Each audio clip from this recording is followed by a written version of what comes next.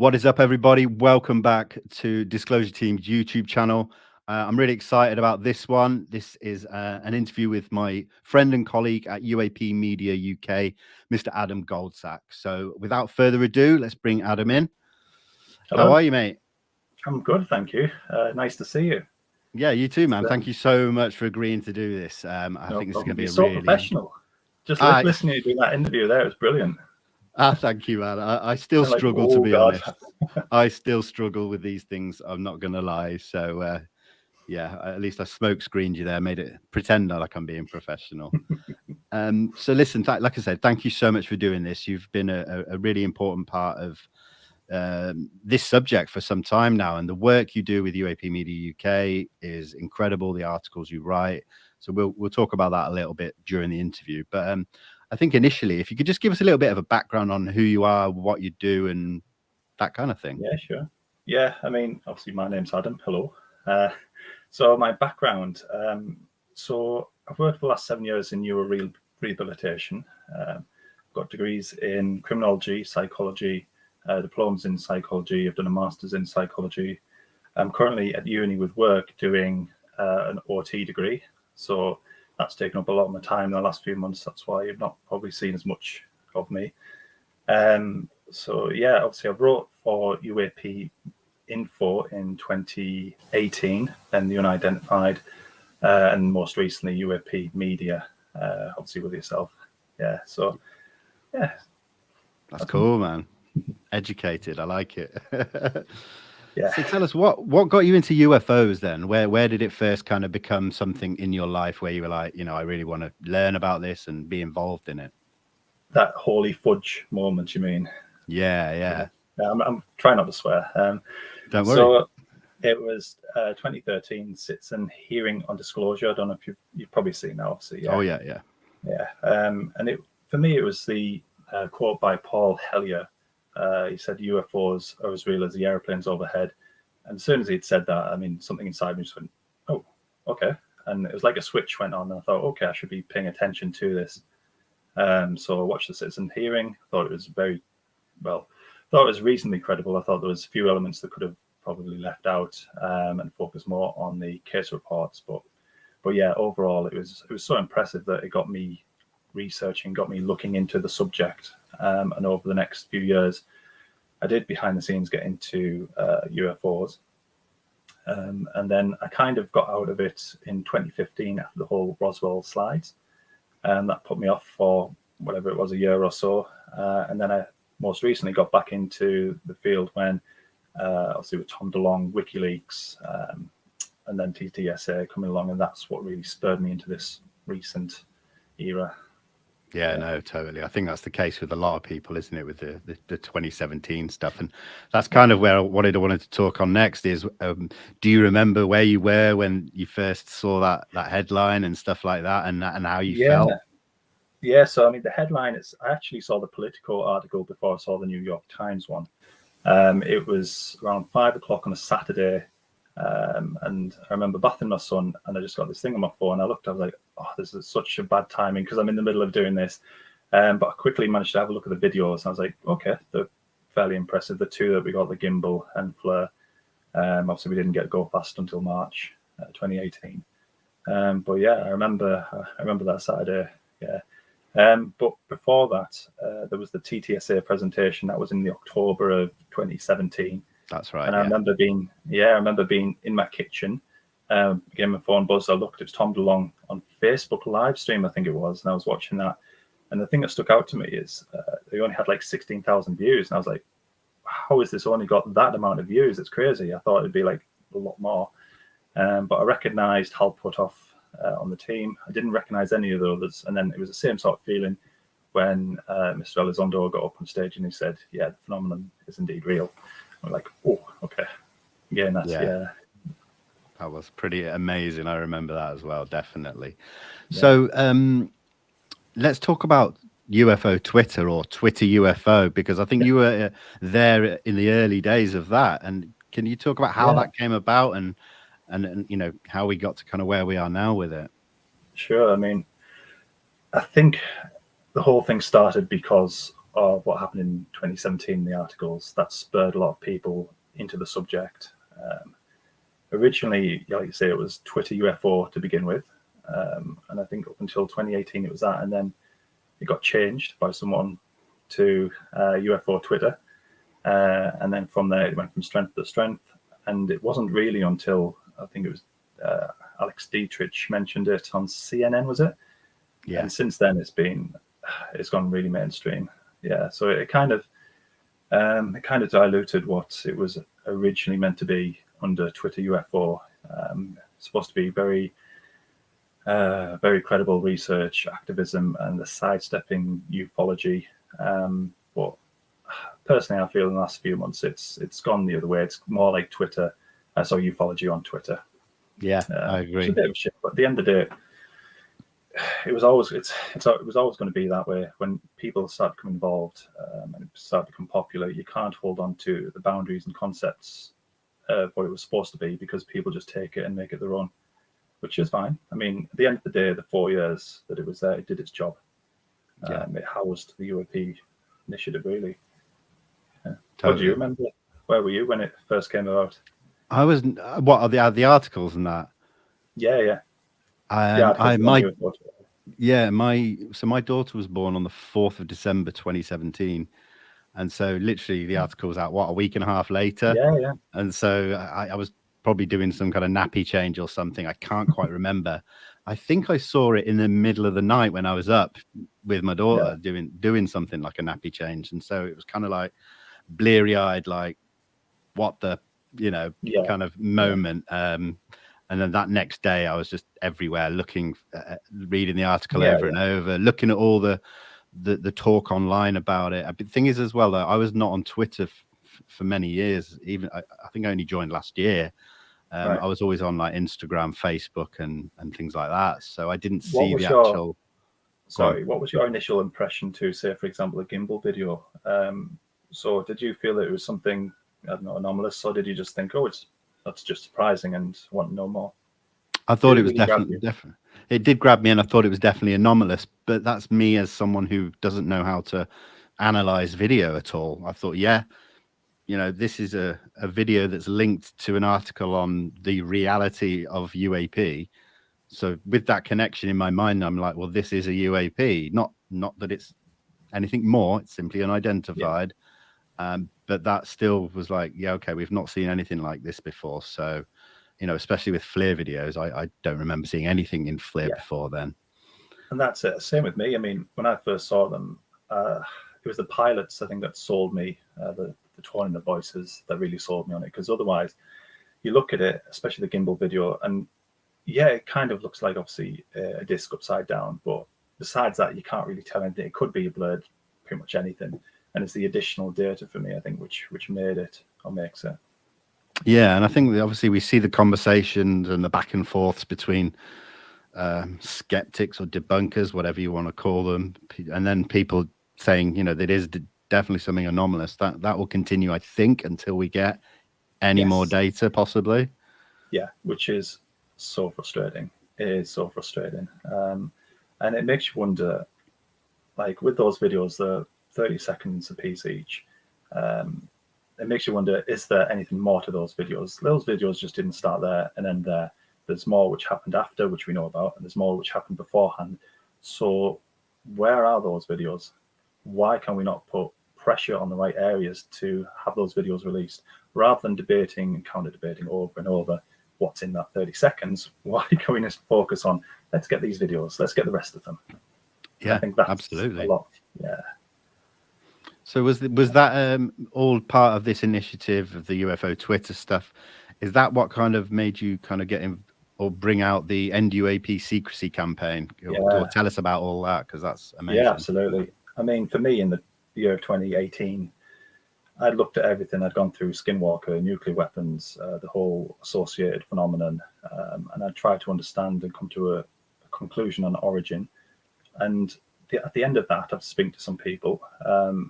My conclusion was, I don't have a conclusion. It's so complex that we don't have the data, basically. And what we need to do is we need to get that transparency, get the accountability from government, get the data out there so we can at last start looking with a full palette, basically. And without that data, we're just stuck. We are stuck. We're just going to spin our wheels and go round and round. Even though there is some decent data out there, it's still not verified in a scientific way. We need government investigations. We need scientific process to be applied to UAP data, basically. And at the moment, it's not happening. So at the end of 2018, I think in my own head, I'd made a decision. I think, right, I can't continue to research this because I'm stuck. I can't go any further. No matter which direction you go, you're going to come to blockades. So in my own head, I thought, right, well, okay, I'll see if we can get the UK government to start taking accountability for UAP. Good luck to us. And to do that, we need the Americans. There's no question of that. We need the American government to take accountability and transparency and be open with their own people. And that is going to in turn put pressure on our government. With enough pressure, that should start making a difference. As you know, there's things in the pipeline. But yeah, so that was my reasoning at the end of 2018 as to why I wanted to go into activism. And it was early on in 2019 that I think we'd come up with End UAP Secrecy campaign. Dan is a big part of that. He pushed that along in the early days. And we came up with a formula which sidestepped UFO activism, which I'm not criticizing the efforts that have gone before. They're credible efforts. But at the end of the day, it needed to change. If we were to seriously get the government to push forward, we needed something else. We needed a different methodology. We needed new terminology. We needed to approach activism from the mindset of the general public, which was very skeptical on UAP and UFOs. So we had to get, as sad as it is to say, we had to get rid of crop circles and abductions and everything else that's a bit woo, I guess. I'm not discounting those. I think there might be something to those. But in terms of activism, we needed to focus. We needed to really get it down to the military cases, something that journalists can have the conversation with and everyday people can come on board with and start having the conversation themselves. So that's the thinking behind it. Yeah, and it that makes did sense. have some success. Yeah, it did. I think that kind of mirrors or what we're seeing more in the last, 2021 with the preliminary assessment from Odni, the report that was focused, on primarily on military cases. And I know there was a lot of conversation about, private individuals who have had experiences feeling a bit left out. And I mean, I totally understood that, but I think the conversation has to start somewhere. Yes. And I feel that in order to engage, whether it be the media or governments and stuff, you have to start with something that is less taboo. So yeah, I hope people still understand that. Yeah, I think Richard Dolan has made that point before. He said, look, they've got all of this ufology which has been ignored, and I get that. And at the end of the day, I agree. I think that should be investigated. But like you said, we need to put the horse before the cart, is that the expression, where you have things in process so we can get the general public to a point where they can start looking at this highly complex situation with abductions and experiences and go, oh, actually, there's something potentially to it. It's potentially credible, rather than if we were to do it at the moment, it'd be stigmatized and they'd get laughed at and they'd get pushed to one side. So it needs to come, but not quite yet, I'd say. Yeah, totally. And one thing I found quite revealing was when Skinwalkers at the Pentagon came out towards the end of last year and kind of went into a bit more detail about ORSAP and BAS and the things that were studied at Skinwalker Ranch before, Brandon Fugel and all that. And that ORSAP also looked into individual cases, experiences and that. So, but how do you feel knowing that all that data is locked away in Bigelow somewhere? He has it, the big databases that Colin Kelleher and that talk about. I just so don't feel like we're good. The researcher in me wants that data. I want it to be out, but then the activist in me is like, well, we need to put it to one side for the moment until we get everybody on board that there is something there. And once we get that point, then we can start opening up ORSAP and what they've got. I think one of the interesting things is how it affects people, especially the complexity of potential for experiences and abductions and everything else that's a bit scary, I guess. If you look at a certain, I won't name his name, look at a certain person who was very much a part of UAP in the early years, did very good work, reached a lot of different people, and then when the whole OSAP sort of thing came out, they kind of like had a bit of a meltdown and started debunking everything. So you have to take that person and other people like that and say, what would happen if you put that on a macro scale? Is that what we might be looking at if we went ahead straight away and said, OSAP, here we go. The government officials came out and said, look, the skinwalkers, this, is that. How would that affect people? How would they react to that? And I think there's a potential that it could go very negatively. So again, I think that's why we should have a process. I think that's why we need to step by step get to that point where we can openly say there's something more complex here and people don't freak out. Yeah, definitely. Completely agree. And like we were sort of saying a minute ago about how it taken it in steps, and I guess 2020, I think, was a little bit quiet. We had a few announcements, like the Navy announcing that they had a reporting system, I think it was, for their pilots and stuff. I think that was 2020, was it? Or was it 2019? I think. That was 2019. So yeah, 2020 for me, I can't think of anything that really stood out majorly. How you put me on the spot. No, it's all good. I'm doing it to myself as well.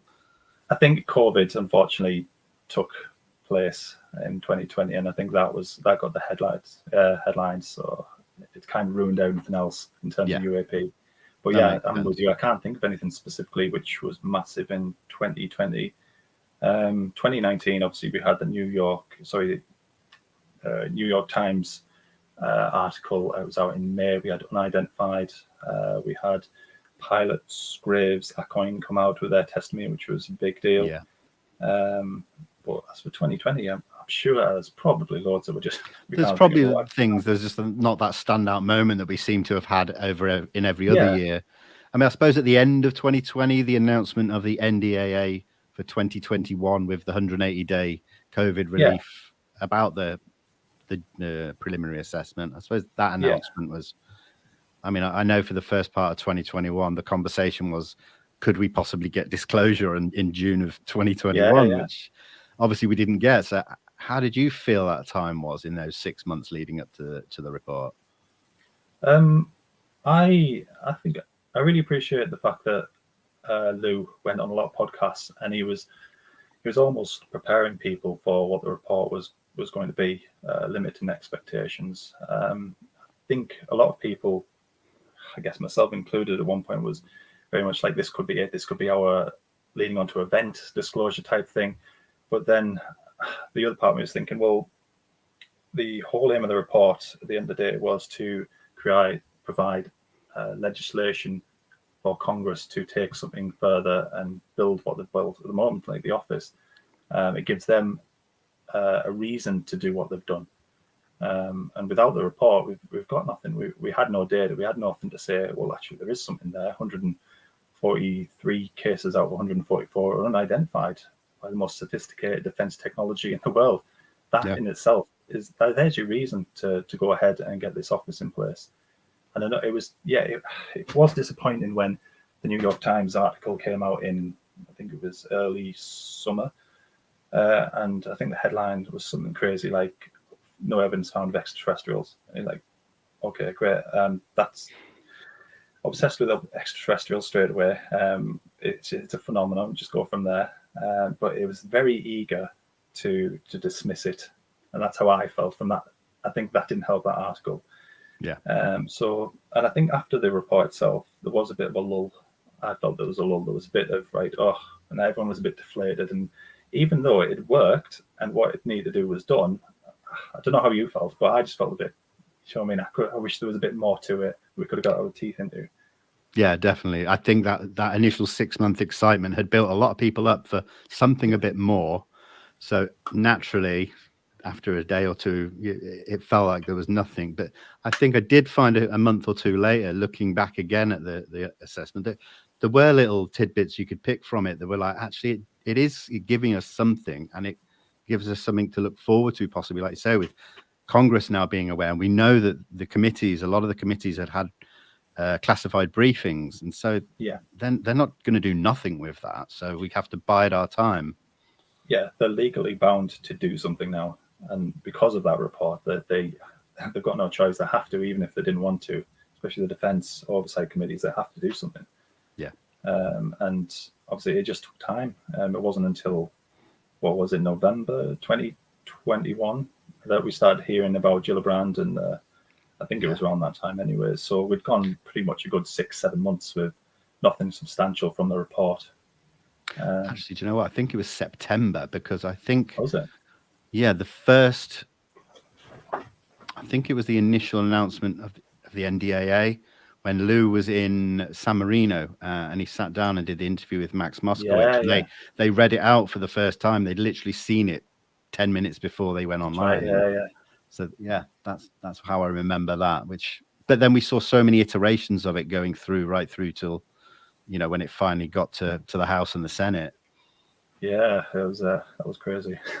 And we saw AOIMSG getting in the fold and trying to, Yeah, I mean, I still don't know what to make of that, to be honest. I don't know how that's quite going to operate, because obviously you're going to have what was Astro, the office, should we call it? And you've got this group within AOIMSG, is it? Yeah. So how can the two move forward? One is saying we're going to be as transparent as possible. We're going to go through Congress, who have to then obviously relate back to the public with unclassified reports. And you've got this other program within the Pentagon. And that's like, no, we're not going to give you anything. Do you know what I mean? We're going to take care of this. Don't worry about it. It's all Chinese balloons and whatever, and drones. So how's that going to work? How do you think it's going to work?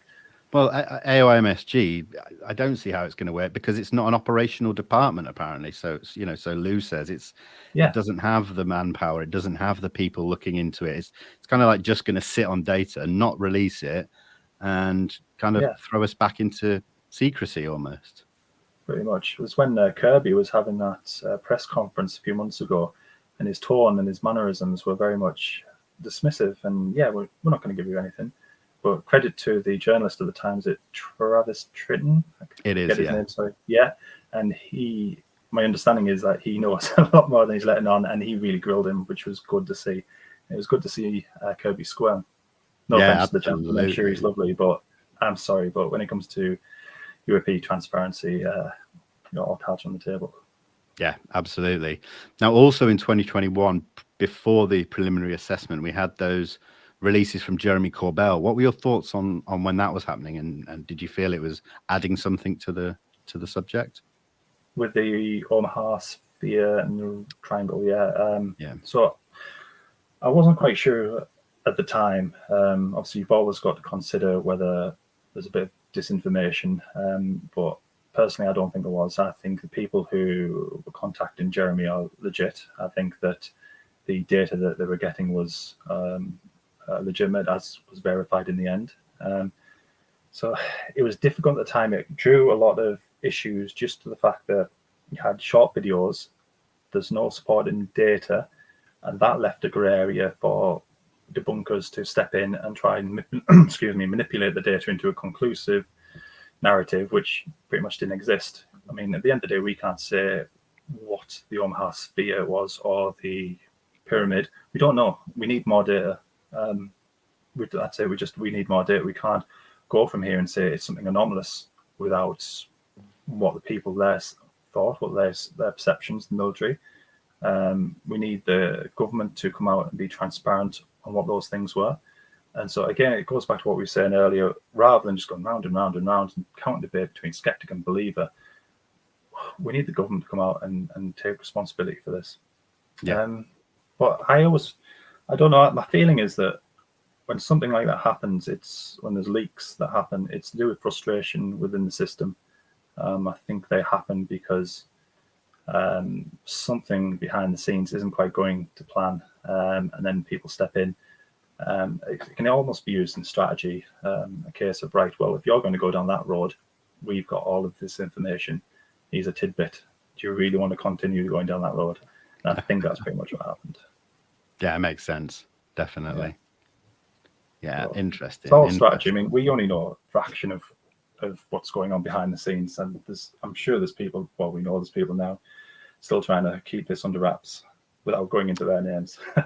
No, absolutely. Yeah, we hear there's quite a few battles going on behind the scenes between Pentagon and Congress and things like that. But hopefully we come out on the right side of things. I mean, do you think we'll see? I mean, do you have any hopes for 2022? And this is purely like speculative. You don't have to say, you know, I don't think stuff is going to happen. What would you like to see, and in what kind of, how would you like to see it played out?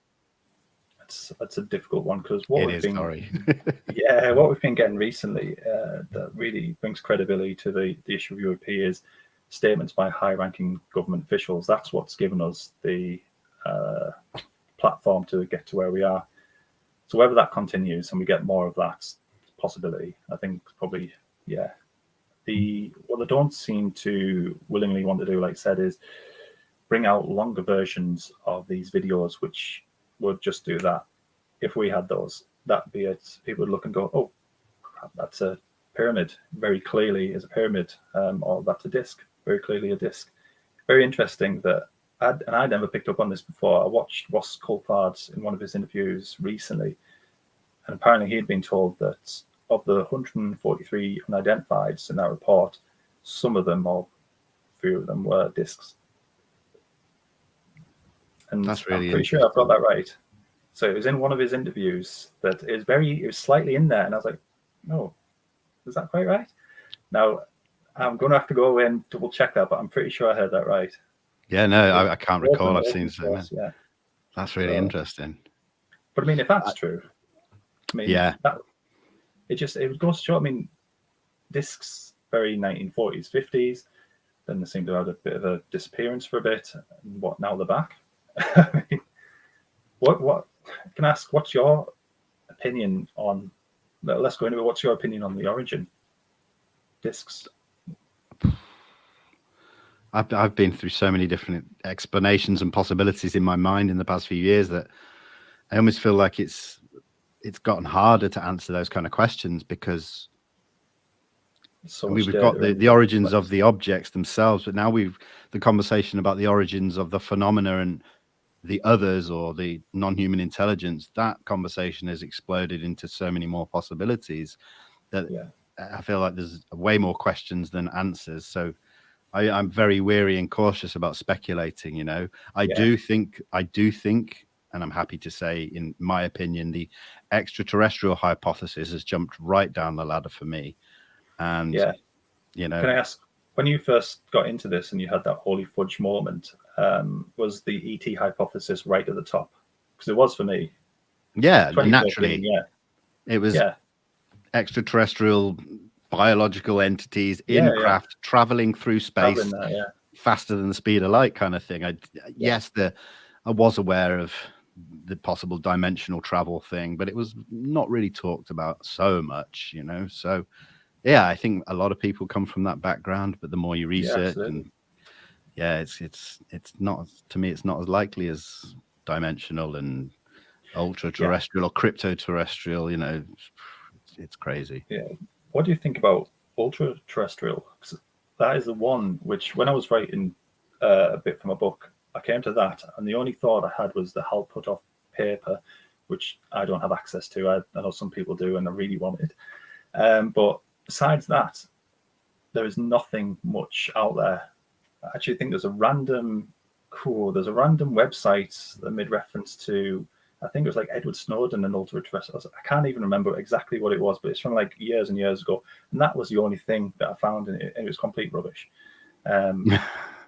Besides that, I don't understand how that concept works. Is that like ultra terrestrials who are in our 3D reality, who are hiding under the ocean, they're hiding in the earth? Or is that a case of they are part interdimensional, so they're on another plane, but here as well, which classes them as ultra terrestrial? What do you think?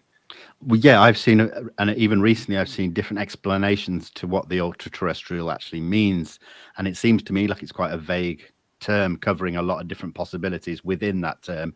So it's difficult to say it means this, because so many people have said different things. And so to me, it's a bit confusing, because it does have a bit of the interdimensional.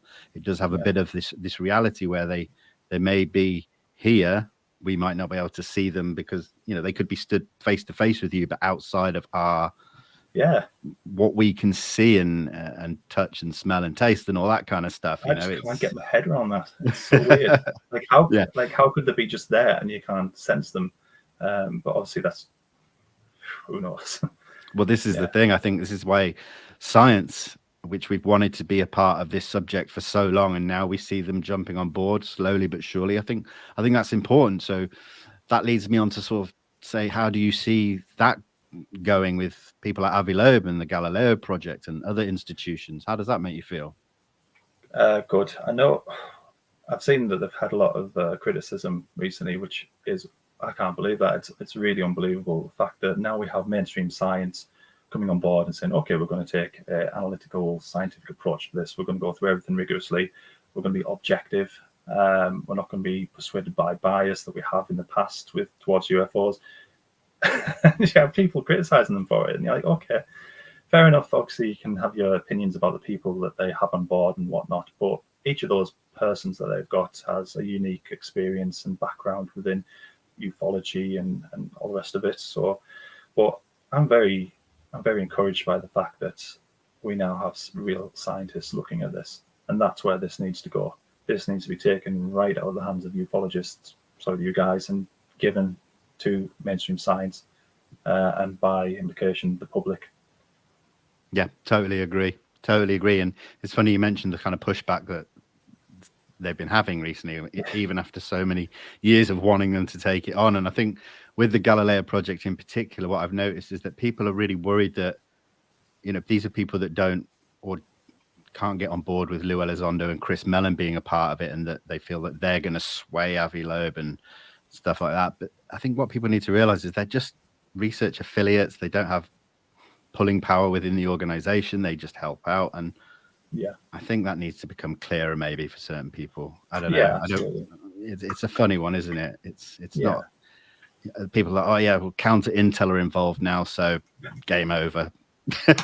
No, it's crazy. But then in a way you can't really blame people, because they've had 70 years of ufology and certain persuasion on the government, and the government, let's be fair, haven't really helped that situation with transparency. So you can kind of see why people still have these deep-rooted issues towards anything that comes from the government.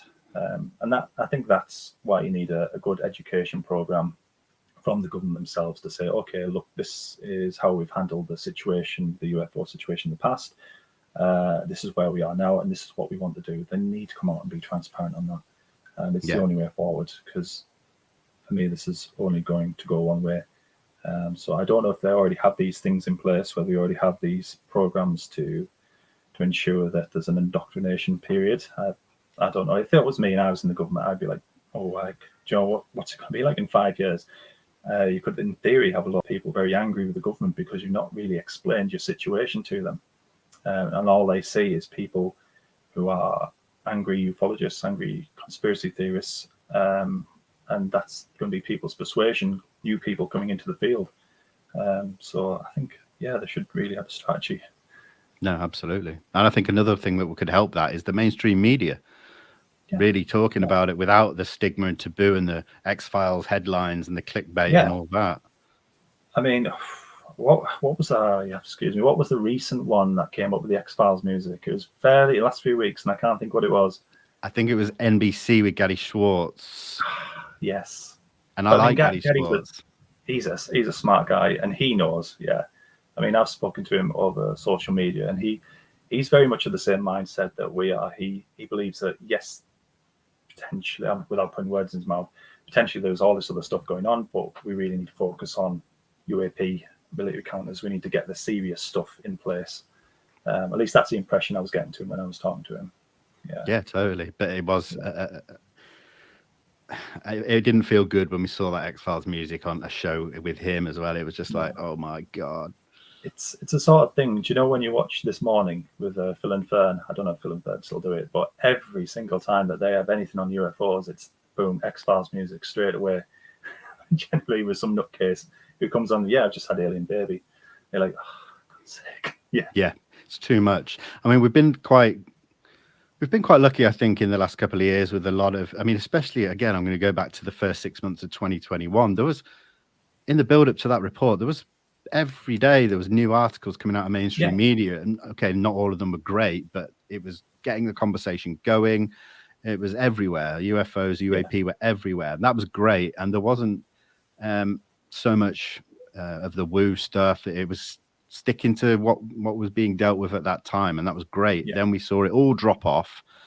Now, for me personally, I mean, especially in this country, in the UK, we've got some good journalists covering the subject. They're still, I think, finding their feet with it.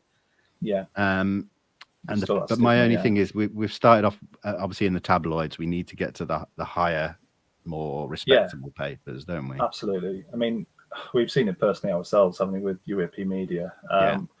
No disrespect to the tabloids. I mean, they're doing the best they can. I think, never thought to say this, but the Sun is actually doing a better job at covering it than the rest of them. The Daily Star, there's been some horrific stories coming from there. Very much. I won't go into them, but yeah, UAP Media has done very well recently in terms of getting more credible stories out there with UAP. I think our aim is, like you said, it's to get broadsheets, more credible papers, Guardian, the BBC, people who really can make a difference within influential positions. But it's a start. I mean, to start what we've done, it's good.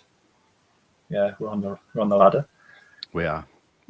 I think it'd be a good year to see some changes from that aspect. Personally, that's the next step I'd like to see, is the mainstream media just stepping it up a gear and doing better reporting, speaking to the right people, because we see a lot of these articles with comments and they've gone to the same old people, the same old desk clerks. I won't say any names. I think it's time for them to start doing a bit more work, let's say, and finding more. Come and speak to us, UAP Media. We're happy to talk to people. That's what I want to see. I think that will happen this year, but I do believe we will need that spark again. I don't know exactly what's coming. I imagine something will be coming this year, but we need that spark, whether that's, like you said earlier, whether that's a high-ranking official coming out, or whether that's a video, or whether there's another report coming this year. Is that right? Out of the US? Yeah. So, I think... Go on, sorry. 31st of October is the next public one, So, I mean, in theory, what we probably want to do is build towards that, regardless of whatever else happens during the year. We want to build towards the October release in terms of activism. And that's one thing with activism. What we've noticed is we can't continuously go at it day after day after day, week after week. We get worn out. We do need that lull period, and so October will probably work towards that, see what happens.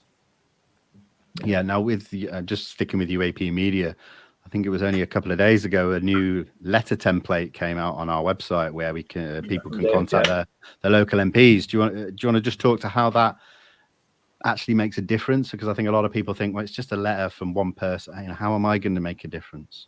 No, it does make a difference. They do read the letters. They may not always do anything about it, but they do read. I think credit to Dave, he's done a lot of hard work on that. He's condensed a lot of the information, got it down into a bite-sized letter, and I think we're at the point now with what's coming in 2022 where we can really push forward, get that letter out to MPs, get it out to journalists, to media organisations, and then say, look, this needs transparency from our government. This is what's happening in America. It's credible. It's happening. There it is. There's the evidence. You can go look at it. And then we want you to address this, like what happened with, I forget the MP's name, after the UAPTF reports came out. Is it Lord Sarfaz, was it? I can't remember. But yeah, the question was asked in Parliament, and we got a very negative answer, unfortunately. But the good thing is the question was asked. And that in itself is a setting point. Because the next time the next report comes out, or something else might be coming, which may put pressure again. The question gets asked again, and then they remember that the question was asked last time. They go, "Ooh, so maybe this time we're going to have to up our game." Yeah. So hopefully, I mean, I've high hopes that the British government might be on the way to doing something. Who knows, there's things potentially in the pipeline without going into details. But yeah, I think this could be a good year for UAP media to really push forward into MPs and media. Yeah, so we just need to get on and do it. That's it. And anybody in the UK that is watching this, go and check out UAPMediaUK. If you want to help with the activism, send a letter to your local MP. All links will be below this video in the description for all the information on things we've talked about as well today. And one thing before you go is I'd like to talk about, because you actually wrote a book last year, or was that the year before? Last year, yeah. Tell us, how did that come about? I'm just going to grab a copy to show everyone. Yeah. So, I mean, so I'll wait until he's come back. There we go. Oh, lovely. Yeah, so it's crazy because I'd never written anything really before until I started writing for UAP Info, then the Unidentified. Then with UAP Media, I've really honed down my writing skills. I've tried to be more professional. I've been trying to quote things and source things professionally as best I can. I mean, the idea, like I said earlier, was to go through in 2018 and research UAP as best I can. And by the end of the book, come up with a conclusion, if I could, as to what UAP potentially might be. Like I said, couldn't do that. It's too complex. I narrowed it down to, off the top of my head, ET, UT, ultra-terrestrial, ID, interdimensional, MV, multiverse, which is different to interdimensional. I don't feel like I should explain that. So interdimensional, you've got various dimensions, apparently in string theory and that, which go from ours, which is a 3D reality, up to, I think it's 10 or 11. So you can have all these different dimensions. Multiverse, when I brought about and considered that, it's within our own reality. So it's 3D dimension, but different variations of this dimension, if that makes sense. Whereas interdimensional, you get up to 8, 9, 10. It could be something we can't even comprehend. It could be something without words. It could be something so far beyond us that we can't even comprehend it. So that was interdimensional, that was multiverse. And then the other one I looked at was consciousness and quantum physics, so quantum consciousness and that sort of thing, and all those extreme theories. Again, I just say that they're only theories. I don't subscribe to them. I'm just put them down there and put what I thought. But they are all the theories that are on the table for many people, so I think that's a good thing. And I think one thing, obviously, it says on the front of the book, a beginner's journey into UFOs. So do you feel that this is aimed? Go on.